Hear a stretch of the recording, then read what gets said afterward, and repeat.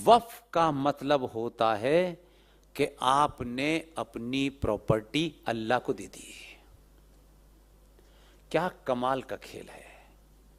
अल्लाह के नाम प्रॉपर्टी दी जा सकती है, जब वापस लेनी है तो अल्लाह के साइन कहां होंगे। क्या कमाल का गेम है। गई अब तो अल्लाह के पास है, वहां से वापस तो आनी नहीं है, क्योंकि आपको दस्तखत चाहिए, दस्तखत कौन करेगा।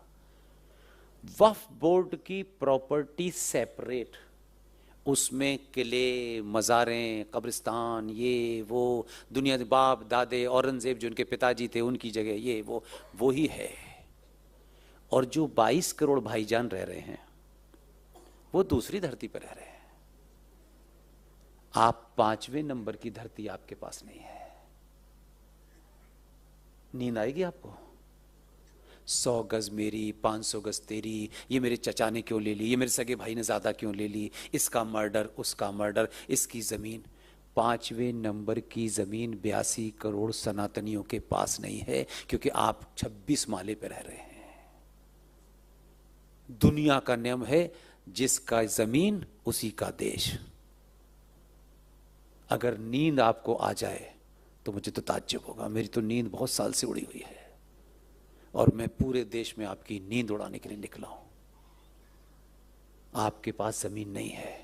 ताजमहल गया, वो नहीं है आपके पास। Archaeological survey of India Bharat सरकार का संगठन है, वो उसकी देखरेख करेगा, लेकिन अरबों खरबों रुपया जो उस पर आएगा वो उनके पास जाएगा। और वही अरबों खरबों रुपया है कि जब आप किसी बड़े काम के लिए सुप्रीम कोर्ट में एक आसान सा, साधारण सा, अच्छा सा, बहुत महंगा सा वकील खड़ा करके किसी हिंदूवादी मामले में खड़ा करते हैं, तो जिहादियों के पास अपना ना कोई वकील है, ना अपना कोई नाम है, लेकिन उनके पास इतना पैसा है कि वो 25 लाख में कपिल सिब्बल को खड़ा कर देते हैं, और आपका वकील अपने किराए के पैसे की चिंता करता है कि वो कब बनारस पहुंचेगा, कब बनारस से इलाहाबाद पहुंचेगा, और वहां पहुंचेगा तो यहां देर हो जाएगी, यहां मैं बस से जाऊंगा तो क्या होगा, कायर हायर करनी पड़ेगी। तो वो इस झगड़े में फंसा हुआ है। उन्होंने कहा अगर हमारी कम्युनिटी ने वकील अच्छा पैदा नहीं किया है, अगर फिक्सर है तो फिक्सर अगर 1 करोड़ मांगता है तो दो ना इसको 1 करोड़, इसलिए उनके पास पैसे का नहीं है। और ये बेचारे भारत विकास परिषद, भारतीय क्या है, विचार मंच, ये इस प्रोग्राम को करने के लिए, आप सबको यहां इकट्ठा करने के लिए, मेरे और आपके बीच में संवाद अच्छी भाषा में ठीक ठाक हो जाए।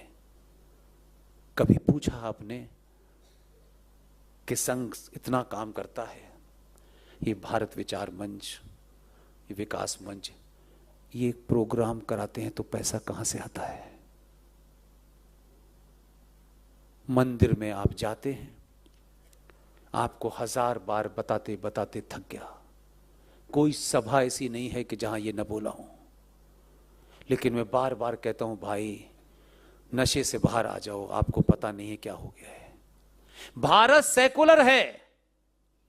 इस सेकुलर भारत में मजारों पे चढ़ने वाला अरबों खरबों रुपया सरकार छू नहीं सकती, चर्चों पे चढ़ने वाले पैसे को छू नहीं सकती, गुरुद्वारों पे चढ़ने वालों के सवाल नहीं पूछ सकती, लेकिन सनातनी हिंदुओं के मंदिर पर जो पैसा, रुपया, सोना, चांदी जो चढ़ता है उसे सरकार ले जाती है।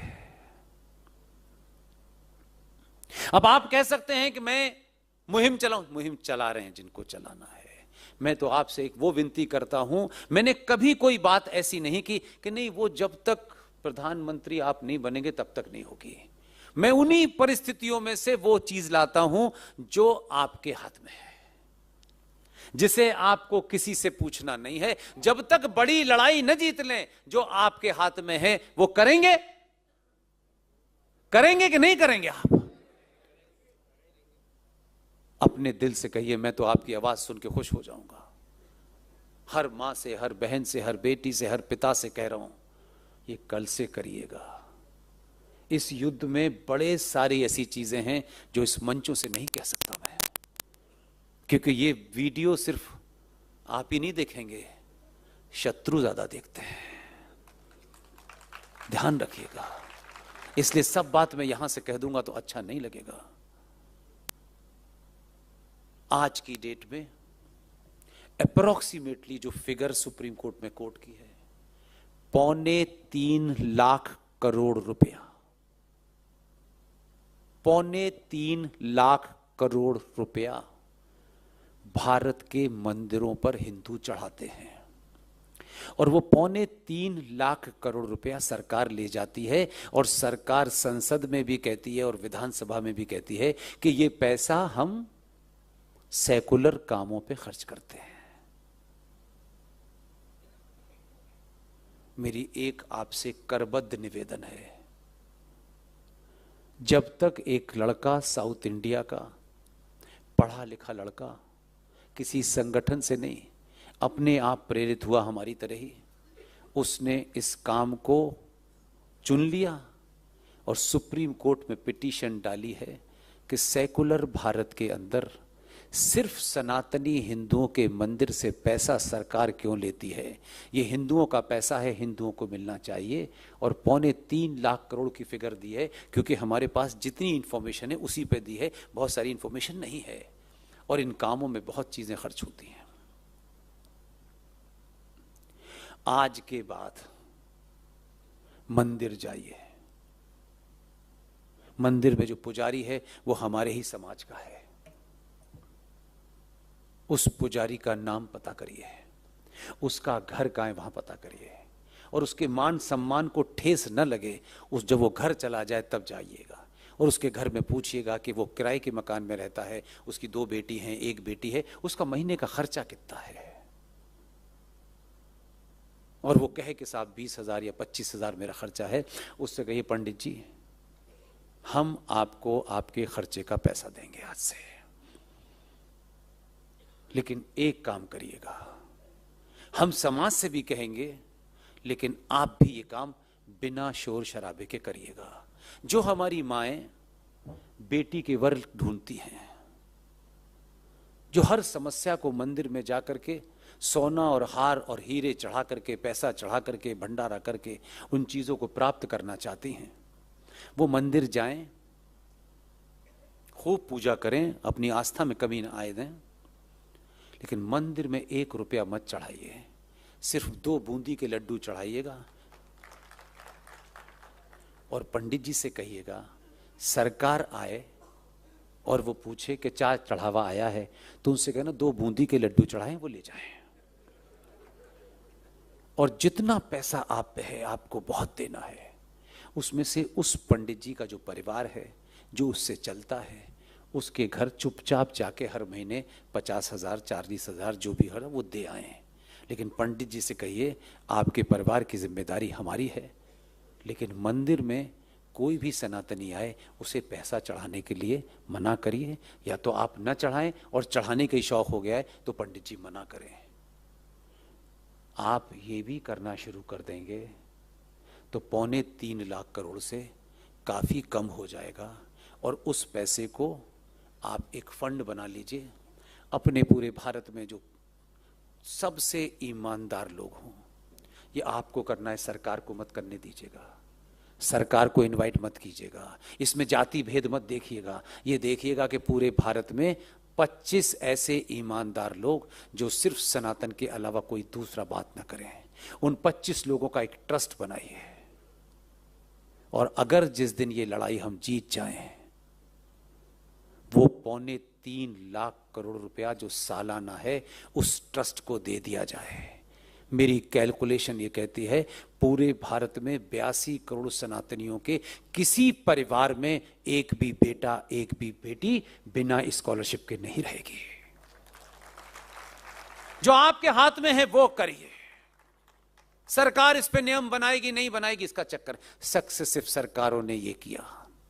इसलिए आपके जो योद्धा कोर्टों में लड़ रहे हैं, मुकदमों में लड़ रहे हैं, उनकी स्थिति को तो सोचिए भाई। जीत गए तो आपने ताली बजा दी टेलीविजन पे बैठ करके, वाह।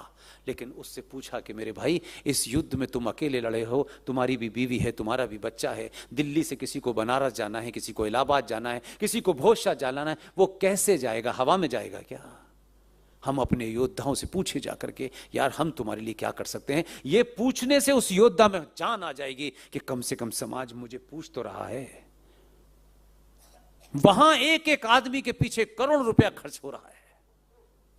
हारे हुए केसेस को फिक्सर लगा करके जितवा रहे हैं। आप जीते हुए केसों को इसलिए हार रहे हैं कि आपका योद्धा बेचारा टिकट के चक्कर में लगा हुआ है कि रेलवे की टिकट कराऊं कि जहाज की टिकट कराऊं। ये युद्ध अभी आपके हाथ में है। आपके मंदिरों का कंट्रोल सरकार के पास है, किसी और मजहब के जो उनके स्थल हैं उसका कंट्रोल नहीं है, सिर्फ हमारे है। राजस्थान में एकमात्र मंदिर है नाथ द्वारा। उस नाथ द्वारा की साल की इनकम है 85 करोड़। हमने अपने सोर्सेज से विधानसभा में सवाल उठवाया कि पता करो कि सरकार कितना पैसा आता है और इस पे से सरकार कितना खर्च किया। सरकार ने रिटन रिप्लाई की है कि 85 करोड़ रुपए में से एक भी पैसा मंदिर पे खर्च नहीं होता। जो होता भी है वो सेकुलर कामों के लिए होता है। उसके लिए वो टॉयलेट बनवाते हैं, सड़कें बनवाते हैं।